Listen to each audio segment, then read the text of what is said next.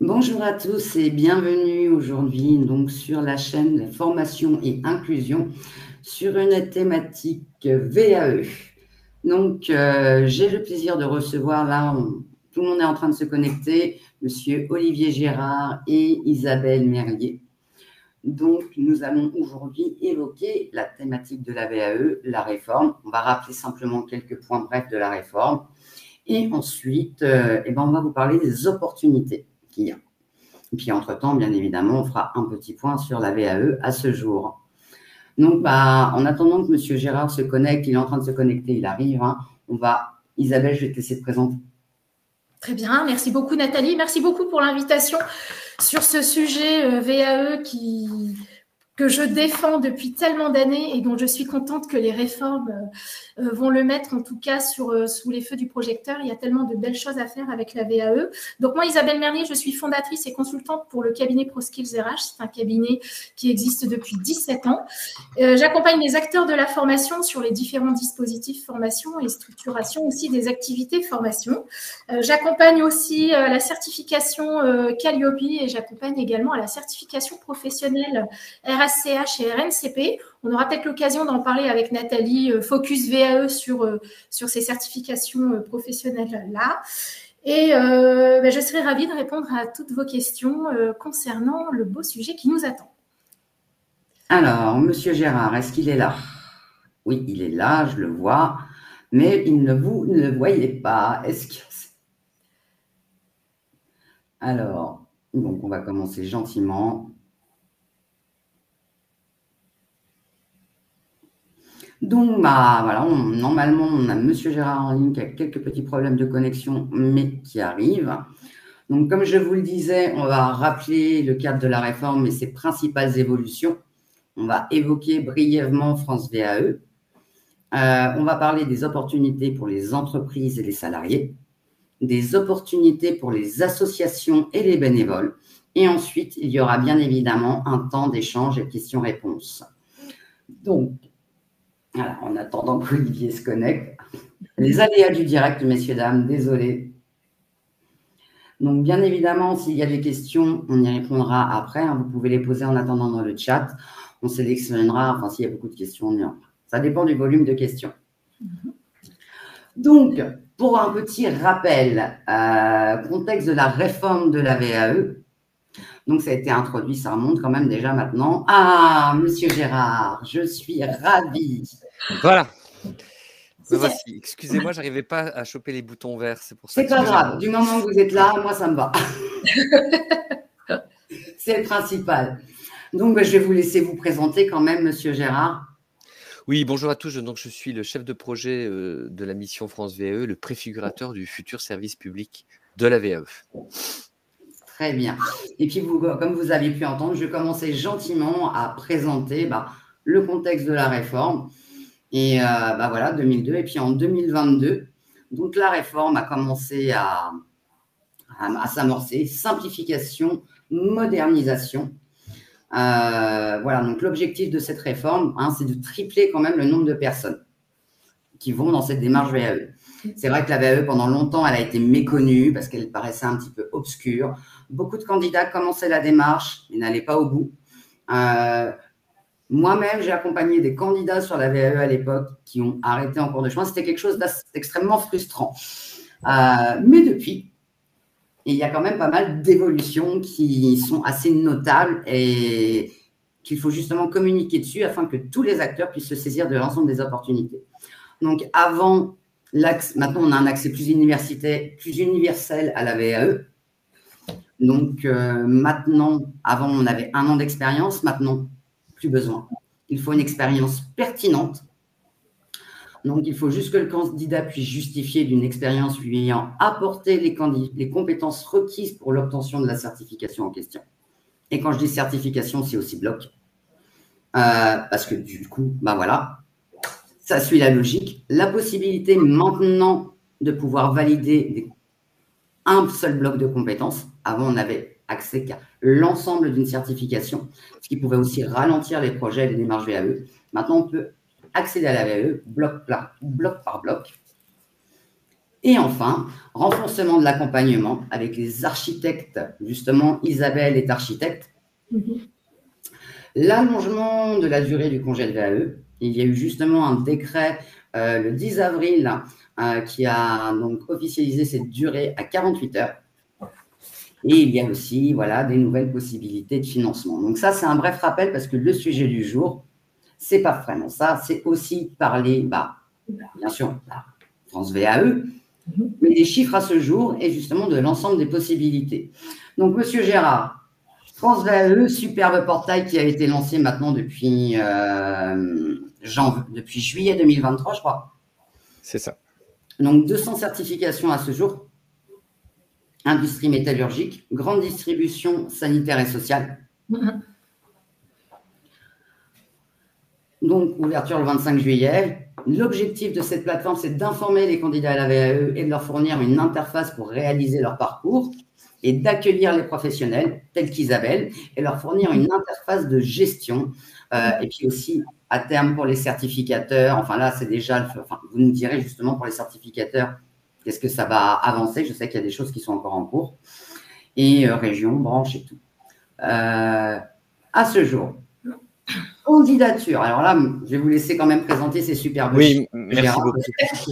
Merci beaucoup. Donc, effectivement, merci beaucoup pour ces propos introductifs. Effectivement, le portail a été lancé en mode préfiguration. Ça veut dire que nous préfigurons un service public de la VAE. Une préfiguration veut dire qu'on est toujours en période de rodage et de cadrage. Puisque la méthode qui a été choisie par la ministre du Travail de l'époque est un mode itératif pour réformer la VAE. Ça veut dire que c'est une démarche centrée utilisateur et de ne pas écrire la norme, c'est-à-dire la loi, tant qu'on n'aurait pas des retours globalement des utilisateurs. Et donc pendant toute cette période de 18 mois, nous avons itéré. Nous continuons d'ailleurs à itérer aujourd'hui, puisque le décret dont vous avez fait référence tout à l'heure à la fin de l'année est issu des retours d'expérimentation de la préfiguration qui a démarré le 25 juillet, nous permettent de réfléchir à un parcours utilisateur sans couture et sans rupture. C'était la commande politique, parce que jusque maintenant, la VAE, c'était le candidat qui courait après l'écosystème, donc après les certificateurs, après leur process, après de l'accompagnement, qui courait aussi après des financements. Et l'idée, c'est que sur un seul espace, partagé par tous, l'écosystème se met au service du candidat. Le portail est conçu de la même manière que France Connect. C'est-à-dire qu'à partir de votre espace personnel, vous interagissez avec l'administration qui vous répond dans votre espace personnel. Donc, depuis le portail France VAE, vous allez pouvoir choisir votre architecte accompagnateur de parcours, celui qui va vous accompagner pour déposer votre dossier de faisabilité et de recevabilité, et qui va bien évidemment envoyer ce travail au certificateur. Ce qui veut dire que le portail est une interface de pilotage d'un parcours avec un espace dédié pour chacun des certificateurs et un espace dédié spécifique pour chacun des architectes accompagnateurs de parcours. Et donc, tout ce petit monde interagit pour que le parcours du candidat soit simple, soit le plus facile possible et il n'ait pas à subir, entre guillemets, de rupture de parcours. La réforme s'inscrit dans une logique, on ne l'a pas assez souligné, de modernisation, de simplification et surtout de concentration des délais administratifs, puisque jusque maintenant, les certificateurs interrogeaient ou en tout cas s'auto-donner des délais d'instruction des dossiers, mais aussi d'organisation des jurys. Et donc, l'idée, c'est d'uniformiser le process pour l'ensemble de nos concitoyens, pour qu'il n'y ait plus de parcours difficiles pour chacun d'entre eux. Donc, on a un choix d'un parcours simple, c'est-à-dire que je m'inscris en ligne sur la plateforme France VAE. Alors, aujourd'hui, c'est une inscription relativement facile. Demain, lorsque nous aurons structuré le groupement d'intérêt public, ce sera tout aussi facile, mais identifiant avec un NIR, c'est-à-dire qu'on sera raccroché à France Connect, pas France Connect Plus, mais uniquement France Connect, où le candidat pourra s'identifier en ligne sur la plateforme, choisir son architecte accompagnateur de parcours. Aujourd'hui, nous avons à peu près 1000 architectes accompagnateurs de parcours référencés. Nous sommes en train de revoir l'offre de service des architectes accompagnateurs de parcours, parce que nous sommes rendus compte que, et c'est normal en période itérative et en période de recherche, que les candidats avaient beaucoup de mal à choisir le bon architecte accompagnateur de parcours. Et donc, nous allons classifier les architectes de parcours avec plusieurs critères. Premier critère, l'accompagnement en distanciel et ou en présentiel. Est-ce que je veux un architecte de parcours qui fasse que du distanciel ou qui fasse du présentiel, qui est capable de m'accueillir à côté de mon lieu de travail, à côté de mon lieu de domicile. Et donc, ça, c'est le premier critère. Est-ce qu'il peut être capable de m'accueillir si je suis en mobilité réduite? Deuxième critère, je cherche un spécialiste de l'accompagnement dans les métiers du sanitaire et social, ou alors je veux quelqu'un qui soit plutôt un spécialiste de la santé. Et enfin, troisième critère, c'est celui du niveau de diplomation. Est-ce que je choisis un architecte accompagnateur de parcours sur l'accompagnement des niveaux 3, c'est-à-dire niveau CAP et niveau bac, ou la totale niveau bac ou CAP, ou alors un généraliste? Et donc l'idée, c'est que le candidat, comme un booking, quand vous réservez un hôtel, met des critères de sélection de son architecte accompagnateur de parcours pour lui mettre en visibilité une liste d'architectes accompagnateurs de parcours qui aura déposé son offre de service sur le portail. Donc nous allons refondre intégralement le portail des AAP pour intégrer la zone géographique, les modalités d'accompagnement et l'expertise des AAP. Pour être AAP, il faut être détenteur de la certification Calliope et répondre aux exigences du cahier des charges de la plateforme de service public, et demain de répondre aux dispositions de l'arrêté que nous sommes en train d'écrire sur les droits, devoirs et obligations des architectes accompagnateurs de parcours, sur la capacité du groupement d'intérêt public de référencer, mais aussi de déréférencer un architecte accompagnateur de parcours qui ne respecterait pas les critères qualitatifs sur lesquels s'est engagé d'accompagner le candidat. Et l'idée, c'est qu'on ait des parcours dynamiques, c'est-à-dire que l'accompagnateur ne soit pas un acteur subissant, mais un acteur accompagnant, dynamique, qui puisse réduire le parcours le plus vite possible, c'est-à-dire qu'on ne laisse pas le candidat se débrouiller tout seul. Et donc, l'accompagnement est un moment un peu de coaching personnel du candidat avec un objectif de certification dans les meilleurs délais. Donc, quand le dossier de faisabilité est fait, donc ça remplace la recevabilité, ce dossier de faisabilité, c'est un taux de recouvrement entre l'expérience du candidat, le niveau d'expérience du candidat, personnel et professionnel, en lien avec le référentiel d'activité. Et donc, l'architecte accompagnateur de parcours va faire un travail d'anamnèse, de positionnement sur le niveau de maîtrise d'une compétence et d'un bloc de compétences. Et donc, il va pouvoir remplir le dossier de faisabilité qui demain sera dématérialisé avec des commentaires. Le candidat est capable de s'exprimer sur le bloc, je dis n'importe quoi, entretien du cadre de vie, et je l'argumente. Et l'architecte accompagnateur de parcours, quand il a fait ce travail d'anamnèse, il va construire le parcours avec l'architecte accompagnateur de parcours, d'où la notion d'architecte et non pas d'accompagnateur. De quoi j'ai besoin, moi, en tant que candidat? Est-ce que j'ai besoin de plus d'accompagnement collectif, un peu plus d'accompagnement individuel, ou faire que de l'individuel ou faire que du collectif?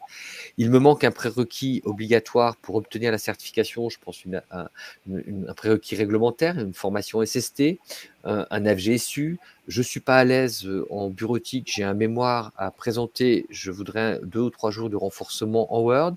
Je ne suis pas à l'aise à l'oral, je voudrais faire un socle savoir de base à l'écrit ou à l'oral. Et donc, l'architecte va proposer des modalités d'accompagnement au candidat. Quand ces modalités d'accompagnement sont conçues avec le taux d'anamnèse, le dossier de faisabilité part directement sur l'espace du certificateur pour que celui-ci puisse prononcer la recevabilité. À partir du moment où le certificateur donne sa recevabilité, 2 options, avis favorable, avis défavorable. À ce moment-là, s'il y a un avis favorable, l'accord de financement tel qu'il a été conçu selon les critères qu'on a fixés est automatiquement engagé. Ça veut dire que le service public va prendre en charge la totalité du parcours des candidats VAE. Ce qui veut dire qu'à terme, les multifinancements qui existent encore aujourd'hui et qui vont encore exister pendant quelques temps pour financer la VAE, que ce soit les AT Pro, que ce soit le CPF, que ce soit les branches, vont se concentrer tout sur le portail de service public pour que le candidat, il se fout d'où vient l'argent, c'est que l'argent arrive pour financer son parcours. Dès que l'accord de financement est opéré par le portail, eh bien, on met en place un parcours d'accompagnement, et celui qui a été négocié avec le candidat, il se met en place, et donc l'accompagnement individuel ou collectif, les actions formatives se mettent en place. On peut même imaginer un stage d'immersion professionnelle si c'est un demandeur d'emploi. Eh bien, la préparation au jury se fait, et du moment où le dossier est prêt, l'architecte de parcours, quelques mois avant, va dire: tiens, mon candidat, il va déposer son dossier dans 2 mois, dans 3 mois, auprès de vous, monsieur le certificateur, ce qui va permettre aussi au certificateur d'anticiper la volumétrie des jurys, parce qu'on a un vrai problème d'anticipation des jurys. Et enfin, à ce moment-là, l'envoi du dossier de validation au certificateur sur le portail est fait, et l'organisation du jury se fait par le certificateur via le portail. Le candidat va recevoir sur son portail, sur son espace personnel, une convocation au jury, mais également son entretien, ses résultats au jury. Avec des compléments, éventuellement de l'aide complémentaire pour les recours, etc. Et enfin, l'architecte de parcours, puisqu'on est dans une logique de parcours, fait un bilan rapide avec le candidat sur sa réussite, sur une prolongation de son projet, ou alors j'ai loupé, ou j'ai eu que 2 blocs sur 3, bien évidemment, qu'est-ce que je fais après? Et donc, vous voyez que l'architecte accompagnateur de parcours bien nommé va être celui qui est en amont et en aval du dispositif. Il a une mission d'accompagnement dans un parcours qui soit le plus resserré possible et qui permette bien évidemment au candidat d'obtenir sa certification dans des délais à peu près corrects. Point important aussi de la réforme, c'est l'objectif de certification partielle. Là encore, l'idée, c'est de mixer le dispositif de VAE avec des actions de formation complémentaires à l'issue de la VAE. Je prends un exemple très simple. Vous avez une expérience de 5-6 ans ou de 2 ans en maison de retraite pour faire de l'accompagnement de personnes âgées. Vous êtes agent de maison de retraite ou employé polyvalent ou assistant de vie dépendance en maison de retraite. Eh bien, évidemment, vous allez pouvoir choisir de valider les blocs de compétences dits transverses pour partir ensuite en parcours de formation complémentaire, cette fois-ci non plus en VAE, mais dans le cadre de la formation continue, dans le cadre d'une période de pro, dans le cadre de votre CPF, etc. Donc, on est vraiment sur quelque chose d'assez souple. Alors, si je reviens en arrière, les premiers résultats, peut-être. Oui, voilà. Voilà. Alors, aujourd'hui, dans cette phase de préfiguration, nous voyons que le portail fonctionne plutôt très bien. On n'a pas fait beaucoup de communication parce que, comme en étape de préfiguration, vous n'êtes pas envahi de candidats. Donc, on a ouvert sur 210 certifications. Nous avons aujourd'hui sur le portail 35 000 candidatures actives. Ça veut dire que des candidats qui se sont engagés dans une démarche, qui n'ont pas forcément envoyé leur dossier de certification, et 21 900 qui ont déjà déposé leur dossier auprès d'un certificateur, donc qui sont soit dans une démarche déjà d'accompagnement, soit bien évidemment qui attendent la recevabilité. Donc vous voyez que tous les mois, on accueille à peu près 6 à 7 000 candidats par mois. Grosso modo, on a assez peu de pertes d'ailleurs entre les candidatures actives. Alors, on a toujours quelques curieux. Je montre cette petite slide qui parle bien justement sur l'évolution des candidatures. Voilà. Et donc, vous voyez, en décembre, on n'a pas eu beaucoup de monde, mais là, sur la première semaine d'avril, vous voyez, on était déjà à 2000, parce qu'on a arrêté les chiffres en avril, on était déjà à 2000 candidats. Donc, on sait qu'on est entre 5007, 5008, 6000 candidats par mois qui arrivent sur la plateforme. Le taux de recevabilité qui est prononcé aujourd'hui est de 97,39%, ce qui veut dire que globalement, notre taux de recevabilité est meilleur qu'avant la réforme, puisque avant, on était sur des recevabilités prononcées sur des preuves, mais les preuves ne voulaient pas dire non plus que l'expérience était acquise. C'est pas parce que vous aviez une attestation comme quoi vous avez travaillé 1 an en maison de retraite que vous maîtrisiez tous les blocs de compétences. Et on voit bien sur les résultats aujourd'hui aux examens, on a déjà à peu près 700-800 résultats qui sont tombés. Le taux de réussite aux examens est de 95%. 80% de certification totale et 15% de certification partielle, c'est-à-dire qu'on améliore quasiment de 10 points les résultats à l'examen. Et surtout, ce qu'on regarde, c'est qu'on a supprimé tous les abandons. C'est-à-dire qu'entre le moment où l'étape de recevabilité démarrait et l'examen, on avait 60% d'abandon. Aujourd'hui, nous sommes à moins de 2% d'abandon. Ce qui veut dire que les 20 et quelques mille candidats qui sont sur la plateforme, il y aura à peu près 2% d'abandon à l'issue du parcours. Bravo. Voilà, sur les statistiques, qu'est-ce que j'avais d'autre avant? Vous aviez passé une autre stat importante. Alors, il y avait aussi, voilà, en fait, une des choses aussi Donc, que j'ai extrait, que je voulais présenter, c'était la démarche. Voilà, les candidats VAE, pourquoi ils s'engagent dans cette démarche? Et on voit bien que c'est être reconnu dans ma profession qui ressort en priorité, avec consolider mes acquis métiers. Et au niveau justement de la visibilité, là, je vous laisse présenter les chiffres. Voilà, Vraiment, alors, et effectivement, nous avons donc ouvert le portail le 25 juillet. À l'instant T où je vous parle, nous avons franchi le cap des 600 000 visiteurs. Alors, c'est important aussi, cette marque France VAE, on l'a pas souligné en amont en introduction. France VAE, c'est le cri de guerre, c'est la marque unique maintenant du service public, puisque jusqu'à l'année dernière, le mot VAE n'avait jamais été protégé ni déposé par qui que ce soit. Et donc, quand vous faisiez VAE sur les moteurs de recherche, vous aviez tous les sites commerciaux qui apparaissaient en premier et les sites officiels ministériaux apparaissaient en 10e, 12e, 15e proposition, ce qui fait que le candidat avait d'abord des offres commerciales avant d'avoir une offre, une information officielle.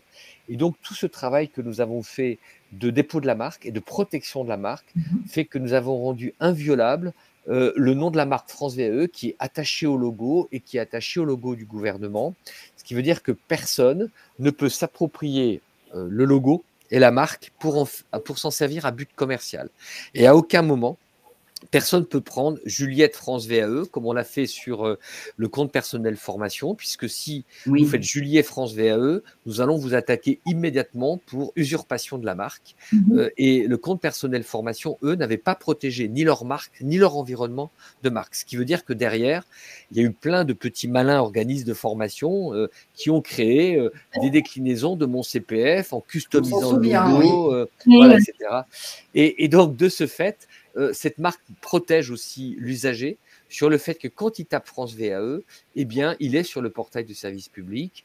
Nous avons une seule adresse URL, vae.gouv.fr, qui est l'adresse officielle du service public. Nous avons fait fermer tous les sites ministériaux ou les officines ministérielles qui existaient où il y avait le mot VAE avec une adresse pour arrêter la confusion entre guillemets sur les noms de marques. Et donc, le logo de l'État est associé à notre portail. Dans ce portail, vous verrez demain, d'autres partenaires vont arriver sur le portail, puisqu'aujourd'hui, on a un espace professionnel pour les certificateurs, les accompagnateurs et un espace pour le candidat. Vous aurez un espace demain, c'est-à-dire très très bientôt, dans une quinzaine de jours, l'espace des conseils régionaux, où nous allons pouvoir mettre en visibilité l'offre de services des régions en direction des demandeurs d'emploi. Vous cliquerez sur l'espace région et cliquez sur l'icône de la région concernée, vous allez avoir des tonnes d'informations autour de ce qui se passe sur les conseils régionaux. Et après-demain, vous aurez un espace dédié aux filières et aux branches. Là encore, l'idée, c'est que le candidat puisse savoir que dans sa convention collective, eh bien, il a des dispositions particulières, complémentaires à celles du service public, portées par sa branche professionnelle. Donc, des visiteurs importants. Tous les mois, nous avons à peu près entre 80 et 85 000 visiteurs par mois. Le taux moyen, c'est un taux qu'on regarde beaucoup parce que ça dit long sur les pages qui sont consultées. C'est 2 minutes 57, c'est assez long pour un site d'accueil. Et en moyenne, les candidats visitent 3 ou 4 pages, donc ça va très très vite. Et les périphériques utilisés, c'est ordinateur et smartphone. Et nous accompagnons bien évidemment les architectes accompagnateurs de parcours par des réunions bimensuelles sur lesquelles effectivement et nous envoyons systématiquement des newsletters aux architectes de parcours pour leur faire part des évolutions, puisque comme nous évoluons beaucoup, eh bien, nous devons informer aussi l'écosystème, bien évidemment, de notre évolution. Donc, vous voyez que c'est une présence dynamique et que la préfiguration s'annonce plutôt de bon augure. Effectivement. Et je reviens donc sur ce parcours que vous nous expliquez tout à l'heure. On voit bien déjà le rôle de l'AAP du début jusqu'à la fin et très lisible. Donc oui, la présentation sera téléchargeable à la fin, ça, il n'y a pas de problème. Donc un calendrier de déploiement progressif, comme vous l'avez pu le dire. Donc on a eu déjà quelques questions dans ce sens-là sur les certifications qui vont être proposées à terme. Ça va se déployer au fur et à mesure. On a déjà Oui, alors, du 10 avril. effectivement, le calendrier de déploiement est important parce que, comme je vous l'expliquais tout à l'heure, on fonctionne par mode itératif et que c'est donné le temps de le faire. Donc, on a une première note de la DGFP qui va bientôt sortir, qui est imminente, sur l'articulation entre la loi, le décret et la période de transition, puisqu'il n'y a que 209 certifications qui sont dans la plateforme. Et donc, il y a des dispositions en attendant l'ouverture officielle du service public qui, pour le moment, est programmée pour le 1er janvier 2025. Qu'est-ce que je fais pour un BTS d'opticien? Quelle est la procédure? Quel est le modèle, etc. Donc, il y a des dispositions qui s'appliquent pour les certifications qui ne sont pas dans la plateforme. Et donc, c'est cette note qui va arriver très, très vite maintenant sur l'articulation entre la mise en œuvre de la loi, du décret et la période de transition. Et puis, vous aurez aussi les autres certifications qui vont rentrer dans la plateforme. Ce sera par décret. On attend plusieurs textes qui vont être publiés afin de finaliser le cadre réglementaire qui vont être au printemps. Tout à l'heure, je vais d'ailleurs travailler sur le projet d'arrêté sur le dossier de dématérialisation de cette faisabilité du modèle de dossier de faisabilité qui sera dématérialisé. C'est l'ancien livret 1, donc on travaille sur un projet d'arrêté. On a un arrêté qui va porter sur la liste des certifications accessibles sur la plateforme France VAE, puisque pour l'instant, nous sommes en lettre de couverture, donc nous allons transmettre cela légalement pour sécuriser notre approche et qui va permettre aussi l'entrée de nouvelles certifications professionnelles sur la plateforme. Donc ça va se faire, ce décret-là va sortir bientôt et l'ouverture plutôt dans l'été ou début septembre. Un décret sur la composition des jurys, entre le moment où j'ai fait le PowerPoint, il a été publié, c'était le 10 avril, qui dit quoi? Il est important, il autorise les certificateurs à repenser leur process de jury. Pourquoi? Parce que ce n'est pas l'État qui impose les organisations des jurys, c'est le certificateur qui définit les modalités d'évaluation. Ce qui veut dire que un certain nombre de certificateurs ont des compositions de jury jusqu'à 5, 6, 7 personnes et qu'ils n'arrivent pas à mobiliser 5, 6, 7 personnes. Et donc, on leur autorise à revoir leur process en disant un jury, c'est au minimum 2 personnes. C'est au moins un homme, une femme si possible. Et c'est quelqu'un qui n'a aucune lien avec le candidat, qui n'a pas fait l'accompagnement du candidat, donc vous voyez de qui je parle, et donc le jury est neutre et il peut être composé au minimum de 2 personnes. Donc ce décret va permettre effectivement aux certificateurs, dans un temps plus ou moins long, de repenser leur process de jury. Si je prends par exemple sur les BTS, dans les BTS, c'est un diplôme d'enseignement supérieur qui est piloté par l'Éducation nationale.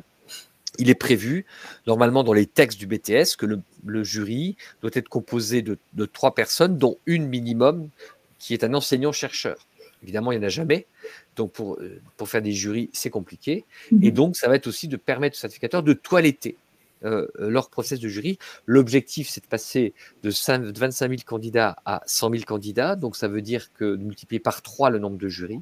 Et donc, quand on voit la difficulté qu'ont un certain nombre de certificateurs pour organiser les jurys aujourd'hui, ce décret va leur permettre de fluidifier un peu les choses.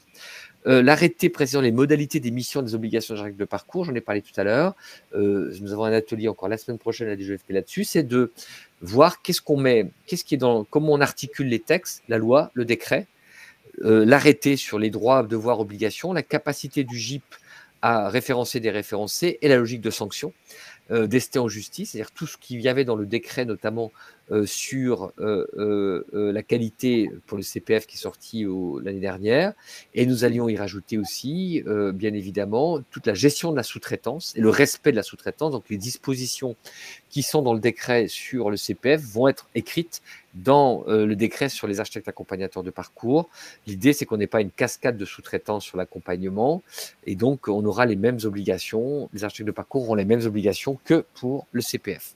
Et enfin, qui est la partie la plus dure aujourd'hui, qui est l'arrêté qui a porté approbation de la convention constitutive du GIP, puisque le GIP prévu par la loi, qui va porter le service public et dans lequel va se fondre la start-up France VAE, est composé des représentants de l'État, donc des ministères certificateurs, des conseils régionaux, des opérateurs de compétences, des associations de transition pro, de Pôle emploi et de l'AFPA. Et donc, il faut qu'on soit d'accord sur qui finance quoi dans la constitution du GIP avant de lancer l'Assemblée générale constitutive. Nous étions prêts d'aboutir en début janvier avant la chute du gouvernement et là, on repart un peu à zéro. Et donc, là encore, du moment où le GIP va être lancé, eh bien, l'Assemblée générale va permettre de nommer un directeur officiellement pour que celui-ci puisse prendre toutes les dispositions d'intégration de la Start-up France VAE au sein du GIP. Voilà un petit peu ce calendrier. Nous espérons que l'ensemble de notre corpus réglementaire, en tout cas pour toutes les premières dispositions qu'on a évoquées, soit terminé pour la fin du printemps, c'est-à-dire le 22 juin, début juillet. Et sur l'Assemblée générale constitutive du GIP, nous allons tout faire pour qu'elle soit lancée avant les vacances d'été, c'est-à-dire avant le 15 juillet. Ouais, donc voilà. Vraiment là sur la finalisation de plein de choses. Absolument. Bah, merci Olivier pour toutes ces précieuses informations, enfin toutes fraîches en plus. Donc nous on va justement continuer parce que tout ce que vous mettez en œuvre, et bah, derrière il y a des tas d'opportunités qui vont se créer et bah, va falloir communiquer sur ces opportunités. Isabelle, en tant qu'architecte VAE, je pense que tu es bien placée pour en parler. Oui, alors déjà, merci beaucoup Olivier pour votre intervention. Et je voulais faire un petit témoignage en tant qu'utilisatrice de la plateforme France VAE en tant qu'architecte. On a vraiment une facilité dans l'accompagnement de ces bénéficiaires puisque tout est complètement dématérialisé et interactif. On a non seulement des webinaires pour nous mettre à jour sur les évolutions de la plateforme et du dispositif, et aussi on a une énorme boîte à outils qui est mise à disposition auprès des architectes. Alors là, effectivement, vous souleviez le fait qu'aujourd'hui, il y a un certain nombre d'architectes. Toutes les certifications ne sont pas existantes sur France VAE. On aura certainement aussi besoin d'architectes sur le deuxième semestre 2024.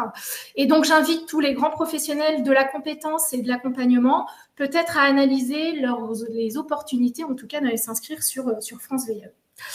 Alors, France VAE a aujourd'hui interpelle des secteurs très spécifiques et j'en profite pour répondre à la question de Virginie qui s'interroge sur le fait que le Master RH n'est pas sur France VAE. Alors, peut-être qu'une certification sur les domaines inscrits actuellement sur France VAE propose cela, mais sur les autres certifications, en tout cas de Bac plus 5 et spécialisées en RH, Virginie, patienter encore sur le second semestre, comme Olivier vient en tout cas de nous présenter.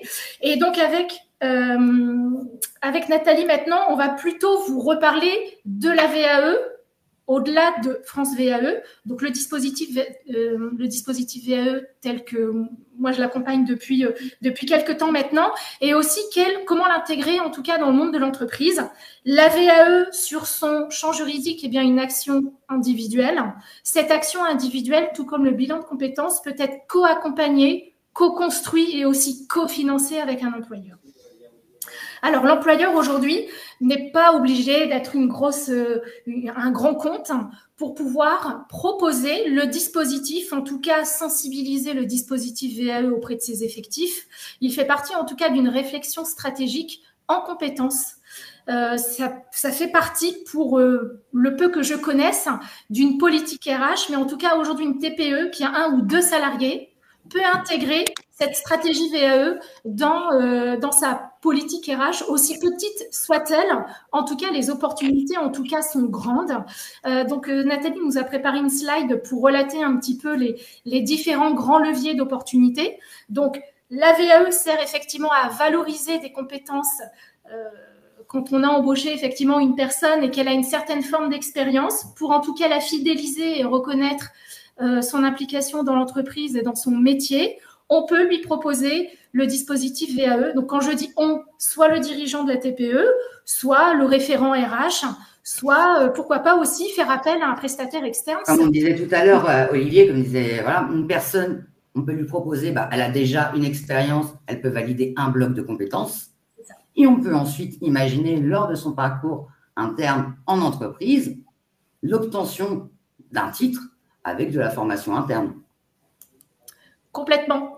Donc, l'architecture, en tout cas, cette modularisation de compétences, ces spécifications pour répondre soit à des métiers, en tout cas autonomes, ou à des spécialisations que certains employeurs pourrait solliciter de la part soit d'un salarié entrant dans l'entreprise, c'est-à-dire qu'on peut faire confiance effectivement à des aptitudes personnelles, à un profil, et en tout cas l'accompagner dans un parcours d'intégration, à valider une VAE ou des blocs de compétences lui permettant en tout cas d'être autonome sur le métier visé ou pour lequel on lui fait confiance sur son entrée dans l'entreprise. Donc c'est toute une réflexion en tout cas autour du dispositif VAE pour les entreprises. Alors, je vais laisser Nathalie parler de la VAE inversée par la FEST. C'est notre petit bébé à nous toutes les deux. On adore le dispositif. Voilà. On est complètement, en tout cas, convaincus là-dessus. Et je reviendrai après sur la VAE par bloc. Qu'est-ce que c'est et quelles sont les opportunités tant pour l'entreprise que pour le salarié lui-même. Alors, la VAE inversée, voilà, c'est le contraire. C'est-à-dire qu'on part d'un référentiel de certification. On le lie justement aux missions en entreprise, aux actions réalisées. Et vous mettez tout ça en action de formation de situation de travail. L'important, c'est que chaque action que votre salarié va effectuer en entreprise, qu'elle soit tracée, qu'on ait un ensemble de preuves qui soit ensuite totalement exploitable par l'architecte VAE pour pouvoir valider le dossier. Donc ça, c'est un autre sujet. On donnera un webinaire sur le sujet VAE inversé avec 2-3 cas concrets. En tout cas, il y a aussi une expérimentation à l'heure actuelle, Olivier, vous validerez, sur l'expérimentation VAE inversée, qui répond principalement en premier au secteur où il y a le plus de difficultés de recrutement. Voilà, tout ce qui est métier du care et tout. Et il y a aussi justement, là, j'ai repassé la main à sur la VAE par bloc. Donc ça, alors, c'est vraiment... La VAE par bloc, c'est pour moi la plus grosse opportunité que l'on peut trouver aujourd'hui sur le marché du travail et pour développer l'employabilité des individus. On est sur des métiers qui sont de plus en plus spécialisés. La VAE par bloc viendra encore plus spécialiser des compétences rattachées à des métiers existants ou en tout cas à des métiers très spécifiques pour certains employeurs. Alors, côté employeur, ça lui permettra d'asseoir en tout cas les compétences nécessaires et reconnues au travers ses effectifs. Et côté salarié, quand on prend du recul par rapport à son parcours, il peut aussi faire de la prospective sur sa carrière et sur le devenir de sa carrière en identifiant ou en travaillant avec l'aide d'un architecte ou pas. Certaines personnes qui sont capables de savoir ce qu'elles veulent faire dans 5 ans et dans 10 ans, mais en tout cas la VAE par bloc leur permettra de passer certains paliers jusqu'à peut-être un jour, en tout cas, déployer le métier qu'elles ont envie de faire. La VAE par bloc, en fait, c'est comme si vous aviez une carte de restaurant devant vous et que vous alliez choisir chacun des plats que vous voulez constituer pour avoir le menu le plus régalant pour vous et qui, en tout cas, vous amènera au plaisir que vous avez dans votre travail et surtout à mettre en place les projecteurs sur votre spécialisation de compétences. Alors, la VAE par bloc, pour les consultants qui sont dans des certifications professionnelles, et je pense qu'il y en a parmi nous, tout comme Nathalie, on a un gros travail aujourd'hui dans les dépôts des demandes d'inscription au RNCP, puisqu'aujourd'hui, dans les dépôts des dossiers, on a un gros travail sur cette VAE par bloc. C'est-à-dire qu'on doit être capable de démontrer auprès du ministère du Travail que ces blocs peuvent vivre en toute autonomie. Transcompétence. Voilà, un bloc, dans sa définition, là, en petit focus sur la certification professionnelle. Et voilà, une certification est composée de blocs. Un bloc doit être indépendant les uns des... Enfin, ils sont indépendants les uns des autres. Et aussi pour la VAE. Donc, il y a vraiment cette réflexion à avoir lorsqu'on construit un RNCP. C'est comment un candidat en VAE pourrait valider ce bloc. Et il y a aussi ce travail sur les correspondances qu'on est en train de faire, justement, les équivalences entre blocs. Il y a énormément de pistes pour utiliser, justement, ces parcours sur mesure, VAE par bloc. On pourrait très bien imaginer demain quelqu'un qui va se construire son propre diplôme en allant valider un bloc de ci, un bloc de ça, un bloc de ci, un bloc de ça. Là, c'est totalement égoïste parce que je pense à moi, parce que j'ai exercé des tas de fonctions, mais peut-être pas l'ensemble. Par exemple, sur du RH, j'ai fait du recrutement ou autre, et vous me parlez de paye, je suis incapable de vous parler de paye. Alors, je pourrais valider un bloc de compétences, mais pas l'ensemble de la certification. Et ensuite, on pourrait me proposer un parcours adapté. Complètement.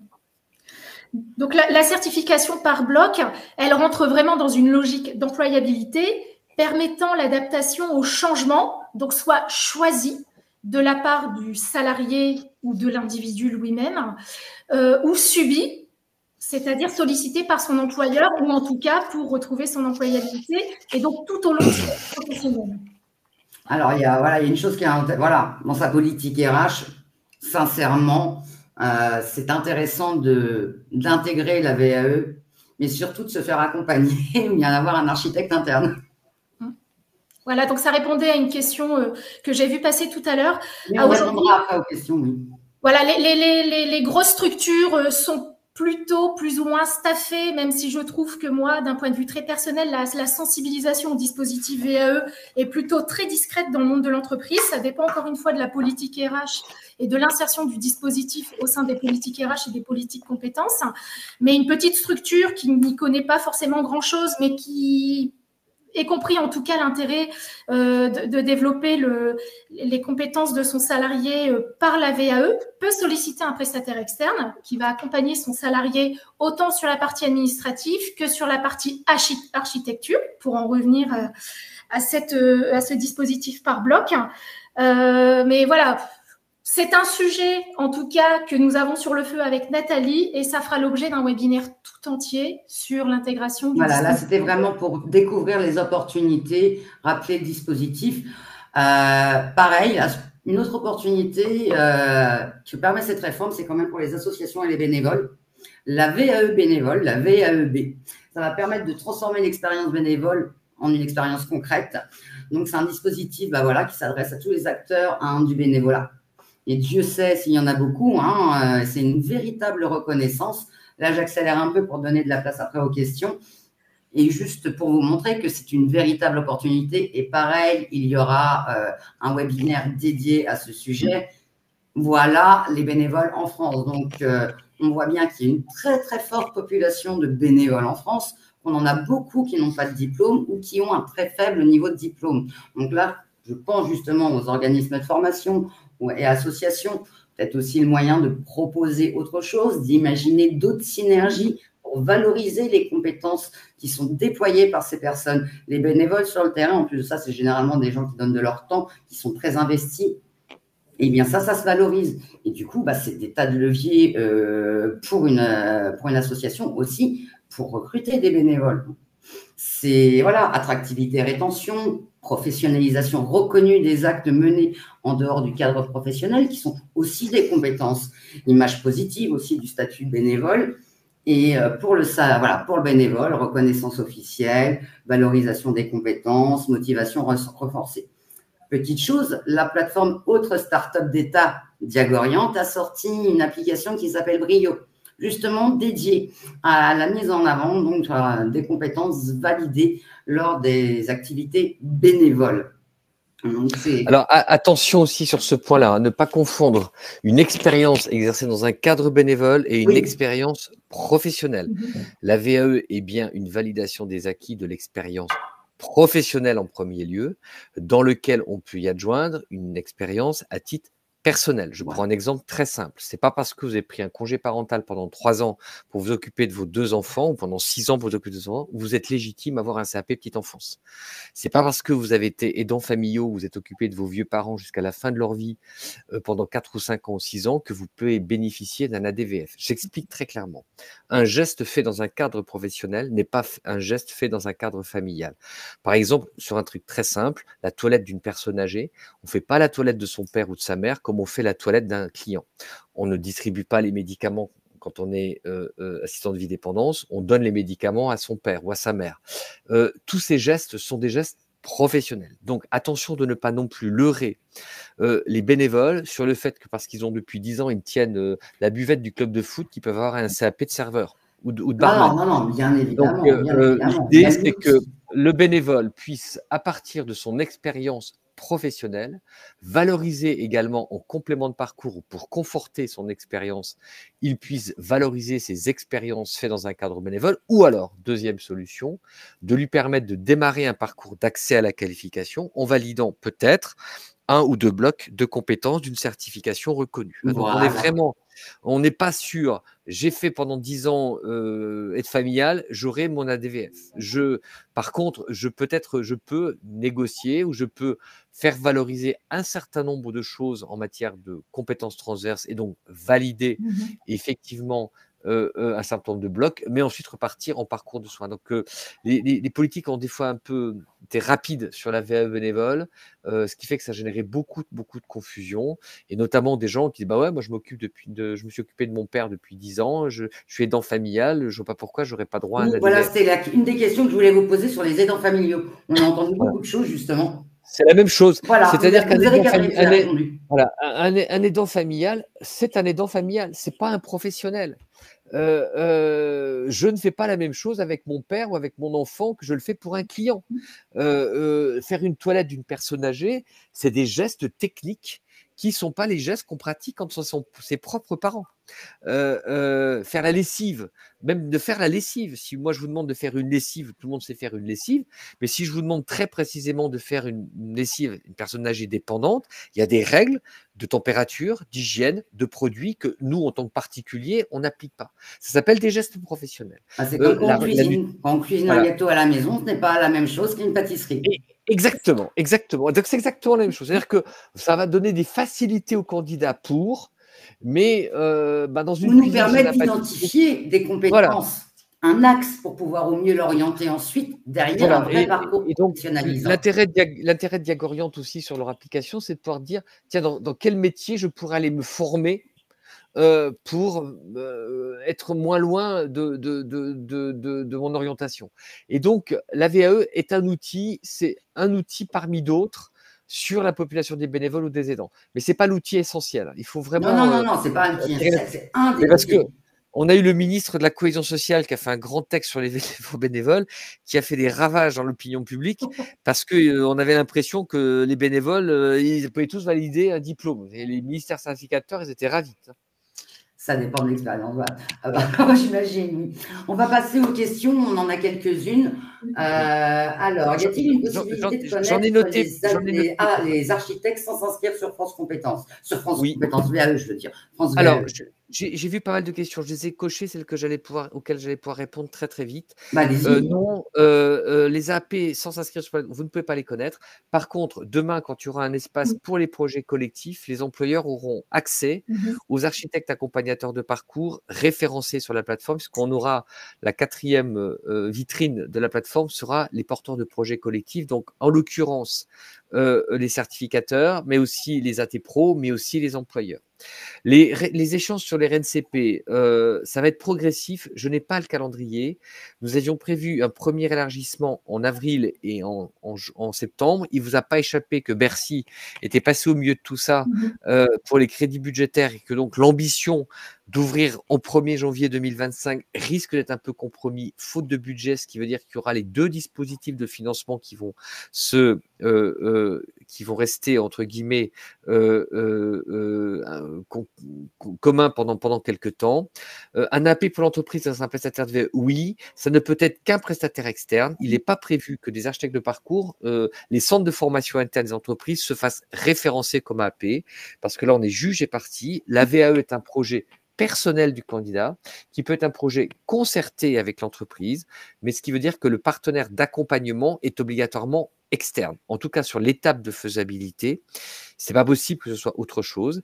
Le candidat peut tout à fait choisir de ne pas se faire accompagner par un architecte de parcours, donc de se faire accompagner dans un modèle de son entreprise, mais ça ne nous regarde pas et ce ne sera pas financé.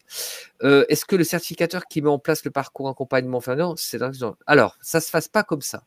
Ce qui est un point important, c'est que nous avons voulu protéger les organismes d'accompagnement pour que, quand un candidat vient chercher une certification, il ne vient pas chercher l'accompagnement. Pour être très clair, quand je vais chercher une certification d'enseignement supérieur, je ne viens pas chercher un statut d'étudiant, ni des modules de formation, ni de l'accompagnement. Je viens chercher une certification. Ce qui veut dire que je n'empêche pas des structures certificateurs type éducation nationale, type ministère du Travail, avec leurs AFPA ou l'université, d'avoir des structures d'accompagnement, mais ce n'est pas les mêmes. Et on ne peut pas non plus être accompagnateur et membre de jury. On ne peut pas être accompagnateur et centre de formation, puisqu'on a dissocié les choses et que le candidat, l'accompagnateur doit lui proposer 2 ou 3 devis pour choisir son organisme de formation. Donc, on a séparé les fonctions et l'idée, c'est chacun reste à sa place et l'église est mieux gardée au milieu du village. Donc, on ne fusionne plus les fonctions et notre objectif est de mettre en visibilité tous les accompagnateurs, qu'ils soient privés, indépendants, publics, en réseau, avec les critères que j'ai évoqués tout à l'heure. Un candidat disposant d'un accompagnement financé par l'employeur peut-il refuser d'une phase d'accompagnement? En fait, le candidat fait bien ce qu'il veut. Soit c'est un projet qui est concerté avec son entreprise, et à ce moment-là, il règle le sujet avec son entreprise. Si c'est un projet personnel, ben, il rentre dans la plateforme et il n'est même pas obligé d'informer son entreprise. Et enfin, si c'est un projet concerté, c'est-à-dire qu'il y a une négociation entre l'employeur et l'entreprise. Master RH France 2, je ne crois pas qu'il y ait pour l'instant. Quelle est la date prévue par la loi? Alors, la loi prévoit une entrée en vigueur de l'ensemble du dispositif de VAE le 1er janvier 2025. Je ne serais pas étonné, mais ne prenez pas ça pour argent comptant, qu'il y a un décret rectificatif, d'ailleurs c'est ce qui est écrit aussi dans le décret qui a été publié au mois d'avril, qui prolonge la période de préfiguration d'au moins quelques mois. Au regard du changement d'équipe ministérielle, on a perdu 3 mois dans les arbitrages. Et vous savez, quand un gouvernement tombe, il faut que tout le monde se remette en place et on perd du temps. Donc, je ne serais pas étonné qu'on décale de quelques mois, mais pour l'instant, je n'en sais rien. Qui finance les accompagnements? Pour le moment, c'est donc l'amorçage du service public est lancé par des crédits du ministère du Travail. Ce qui veut dire que le ministère du Travail finance la totalité de l'accompagnement. Nous n'allons pas utiliser les comptes personnels formation des candidats, nous n'allons pas utiliser l'argent des régions. Tous les financements seront de toute façon fédérés au sein de France VE. Donc, plus de recherche de cofinancement. Donc, pour toutes les certifications qui sont dans la plateforme, c'est France VAE via décret du ministère du Travail. Pour toutes les certifications qui sont en dehors de la plateforme, c'est les financements habituels. Sur les DAVA, elles restent la même chose. Les DAVA, elles sont représentants du certificateur, point. Elles peuvent avoir une offre de service d'accompagnateur, mais en aucun cas il est prévu que les DAVA soient exclusifs, comme les AFPA, pour piloter leur propre certification. Tant et si bien que les architectes de parcours, nous les avons forcés à se référencer non pas sur un titre ou sur un diplôme, mais sur une filière ou une sous-filière ou sur un niveau d'expertise. Pourquoi on a fait ça? Parce que quand un candidat qui a un niveau d'expérience suffisant, qui peut choisir entre 3 ou 4 diplômes, il faut que l'architecte de parcours soit capable de resituer le niveau de la diplomation dans le parcours, dans la trajectoire professionnelle du salarié. Je prends un exemple très simple. Vous exercez depuis quelques années chez un particulier employeur comme assistante de vie dépendance, vous voulez faire une VAE et vous avez choisi le titre DEAES, le diplôme d'état d'auxiliaire de vie sociale et familiale. Si la question n'est pas posée au candidat, si on n'a pas resitué le candidat dans son projet professionnel, on risque de décevoir le candidat. Je m'explique. Si le candidat veut rester dans son activité de particulier employeur, c'est-à-dire de toujours salarié du particulier employeur, il faut s'assurer que le DEAES soit référencé dans la convention collective du particulier employeur pour qu'il puisse bénéficier d'une rémunération. Or, ce diplôme ne l'est pas. Par contre, ça vaut peut-être le coup de dire au candidat, si ton projet est de quitter ton secteur du particulier employeur et de rentrer en maison de retraite, vaut mieux que tu fasses un DEAES qu'un ADVD. Et si ton projet est de rester chez un particulier employeur, vaut mieux que tu choisisses un ADVD parce qu'il est classifié et rémunéré supérieur au SMIC dans la convention collective. Ce qui veut dire qu'une des fonctions des architectes accompagnateurs de parcours, c'est de s'interroger sur la place des titres et des diplômes dans les champs conventionnels et en fonction du regard du candidat, ce que personne ne fait aujourd'hui. Donc, c'est un vrai travail de professionnalisation à faire et donc c'est une des raisons pour lesquelles nous n'avons pas souhaité que les architectes accompagnateurs de parcours soient des outils uniques du certificateur. La réduction du jury, non, c'est pas un risque. Parce que c'est un risque aujourd'hui, la valeur. Est-ce que ça a de la valeur quand on a un jury de 10 personnes qu'on n'arrive pas à réunir? Un jury, c'est un jury de professionnels. Quand vous passez votre bac, vous avez que 2 membres de jury. Je ne vois pas pourquoi, quand vous passez votre BTS, vous avez toujours 2 membres de jury, qu'il faut obligatoirement 3 membres ou 4 membres de jury. Quand vous passez un BP agricole, est-ce que ça a intérêt que le président du jury soit un conseiller général nommé par décret du ministre? En fait, il y a tellement d'aberrations que la constitution des jurys, à chaque certificateur de définir ses modalités de certification, mais ça ne fragilise pas du tout, ça favorise plutôt le conservatisme qu'autre chose, d'avoir des tonnes de jurys, et ça empêche de développer la VAE. Peut-on s'inscrire sur France VAE? Oui. Non, si vous n'êtes pas Calliope VAE pour le moment. Il faut être obligatoirement Calliope VAE. Tant que vous n'avez pas Calliope VAE, vous ne pouvez pas vous inscrire sur la plateforme. Et de toute façon, Calliope VAE sera la norme, bien évidemment, imposée. Et il y aura dans l'arrêté une procédure pour les nouveaux entrants, dans un délai minimum, entre guillemets, pour passer sa certification. Je suis un OF, j'ai un titre porté par France VAE, j'ai un candidat VAE sur son parcours. Eh bien oui, alors il y a 2 solutions. Si vous êtes un OF et vous portez un titre ministère du Travail, je présume, et que vous n'êtes pas architecte accompagnateur de parcours, eh bien c'est quelqu'un d'autre qui doit le faire pour vous. Votre titre ne vous appartient pas, il appartient au certificateur, et donc l'architecte accompagnateur de parcours est un choix du candidat, et il doit suivre la procédure, puisque sur les titres qui sont déjà sur la plateforme, il n'y a pas d'autre possibilité que de passer par la plateforme, notamment pour le financement. L'ensemble des diplômes proposés dans le cadre de la réforme seront-ils bloquables? Nous l'espérons, nous y croyons, mais je peux vous garantir qu'ils ne le seront pas tous, notamment ceux de l'enseignement supérieur et une partie des diplômes de l'enseignement de l'éducation nationale. Ça va prendre du temps. Les services universités ne répondent pas tous aux critères pour être AP, ils y travaillent et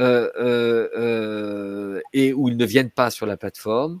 Les conditions, pour l'instant, elles sont sur elles ne sont pas publiques, mais elles sont sur les CGU, et du moment où vous êtes référencé, avant de vous référencer, nous vous donnons les CGU et le cahier des charges intégral du respect des exigences, et avant que vous soyez référencé, vous vous connectez sur la plateforme, vous demandez un référencement, on va vous imposer un séminaire de formation d'1 heure et demie, qui est un webinaire pour vous apprendre à vous servir de la plateforme et vous préciser les conditions générales d'utilisation, et à ce moment-là, vous avez le cahier des charges, vous rentrez ou vous ne rentrez pas. Voilà, je crois que j'ai répondu à peu près à toutes les questions. Oui, pas mal. On va se charger du reste des questions parce qu'on a bien abordé. La durée des blocs, la durée des blocs, c'est bien évidemment la validité qui existe de la certification. C'est le certificateur, ça, qui les détermine. Absolument, c'est par le certificateur. Et un centre de formation peut être un AP s'il a bien une activité d'accompagnement à côté. Par contre, cet AP d'un centre de formation ne peut pas s'auto-prescrire des actions de formation. On est bien sur la même chose. Les heures de financement qui sont financées sont essentiellement des heures nécessaires et utiles à la réussite de la certification, plafonné maximum à 70 heures. La moyenne aujourd'hui est de 10 heures en moyenne de ce qui se pratique. C'est essentiellement des formations obligatoires ou des socles. On n'est pas sur les actions de formation continue. On est vraiment sur des choses qui concernent réellement le besoin nécessaire pour la réussite de la certification. Voilà. Très bien, merci beaucoup Olivier, là on a bien dépassé. Désolé pour les quelques questions qui restent, mais vous pourrez nous envoyer un mail à Isabelle et à moi, il n'y a pas de problème, on répondra sans problème. Et il y aura le replay. Voilà, il y a le replay qui est disponible. Merci beaucoup, c'était extrêmement intéressant, très pertinent. Et on espère vraiment que la VAE va continuer de se déployer comme on a pu le voir. Merci à tous les deux d'avoir participé. Merci à tous ceux qui ont assisté à ce webinaire. Merci Olivier. Merci. Au revoir. Bonne fin de journée. Merci. Au revoir.